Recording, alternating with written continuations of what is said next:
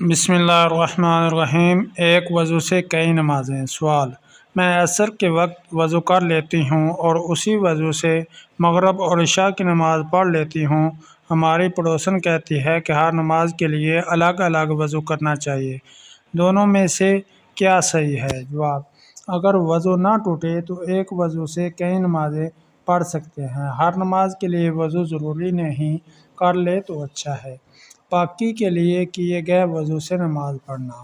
سوال: پاکی کے لیے جو وضو کیا جاتا ہے، کیا اس وضو سے نماز بھی پڑھی جا سکتی ہے؟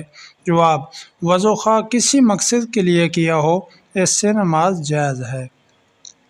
قرآن مجید کی تلاوت کے لیے کیے ہوئے وضو سے نماز پڑھنا۔ سوال: اگر وضو قرآن پاک پڑھنے کی نیت سے کیا ہو تو اس وضو سے نماز جائز ہے یا نہیں؟ جواب: نہ صرف نماز بلکہ اس وضو سے دین اسلام کی تمام عبادات ادا کی جا سکتی ہیں۔ وضو پر وضو کرتے ہوئے ادھورا چھوڑنے والے کی نماز۔ سوال: پہلے سے وضو تھا لیکن ثواب کے لیے دوبارہ نماز سے پہلے وضو کرنے لگا تھا کہ اتنے میں نماز کھڑی ہوگی، جس کی وجہ سے وضو درمیان میں چھوڑ کر نماز میں شامل ہو گیا۔ آیا اس پرانے وضو سے نماز درست ہوگی؟ جواب: اگر پرانا وضو صحیح ہے تو نماز صحیح ہے۔ کیا نماز جنازہ والے وضو سے دوسری نمازیں پڑھ سکتے ہیں؟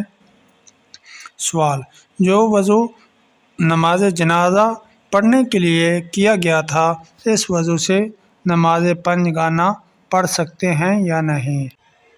جواب: پڑھ سکتے ہیں، مگر نماز جنازہ کے لیے جو تیمم کیا جائے، اس سے دوسری نمازیں نہیں پڑھ سکتے۔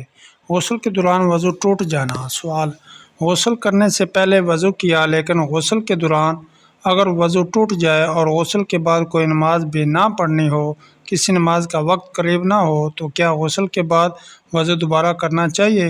جواب: اگر وضو ٹوٹنے کے بعد غسل کیا اور اس سے وضو کے اعضاء دوبارہ دھل گئے، اس کے بعد وضو توڑنے والی کوئی چیز پیش نہیں آئی، تو اس کا وضو ہو گیا، نماز بھی پڑھ سکتا ہے۔